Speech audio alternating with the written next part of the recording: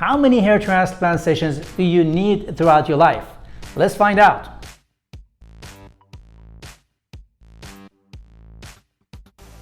Hi, I'm Dr. Parsa Mohebi, a hair transplant surgeon. I'm going to break down how many sessions of hair transplant can you have, how many grafts are available to you, and how many do you actually need. Let's find out.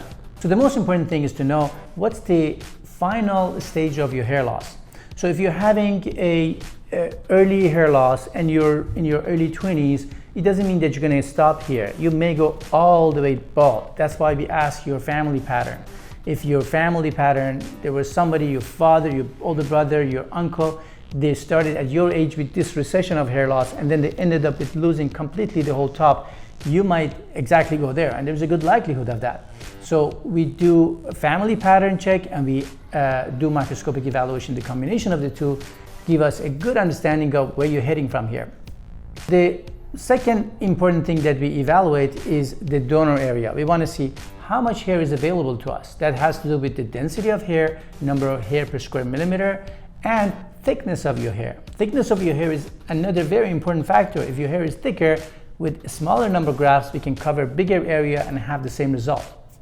In addition to checking the hair on the donor area of the scalp on the back and sides, we also want to see what other areas we potentially can use as a source of hair, namely beard hair, bottom of the chin and neck, and even facial hair. For people who don't want to grow facial hair are great sources. Actually, beard hair or facial hair is the next best thing after scalp hair for transplantation. For people who have very fine scalp hair, beard might actually be a better source than the scalp hair. After that, we're looking into the body hair. Hair pretty much from everywhere could be used, but the priority is with the scalp, beard, and body. Basically, we know how much baldness we have and we know how much hair is available to us. So sometimes we have plenty of hair to transplant the balding area or your final stage of baldness, not necessarily the balding area that you have, because we want to consider the future. We want to see where you're heading in next 20 or 30 years. So if you have a good match, we're comfortable, we give you a hairline, we start designing it, and in the future, if you lose more hair, we know that we have more hair available to us. So in some cases, we have donor-recipient mismatch, meaning that we have a big area to cover, but we don't have enough donor hair. Either they don't have beard or their scalp hair is very fine.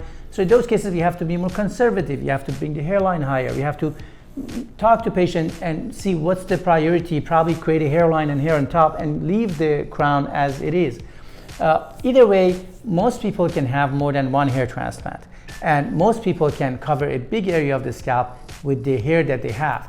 So the number of procedures that you need and number of grafts that you need has to do with a skill set of the doctor and what they can offer you and what is required for you for your having a full head of hair. So basically, first step, go find a good hair specialist. They're going to evaluate your donor hair and your recipient area, and they're going to tell you how many grafts you need throughout your life. And based on that, and based on the procedures you want to get, you can find out how many sessions of hair transplant you may need.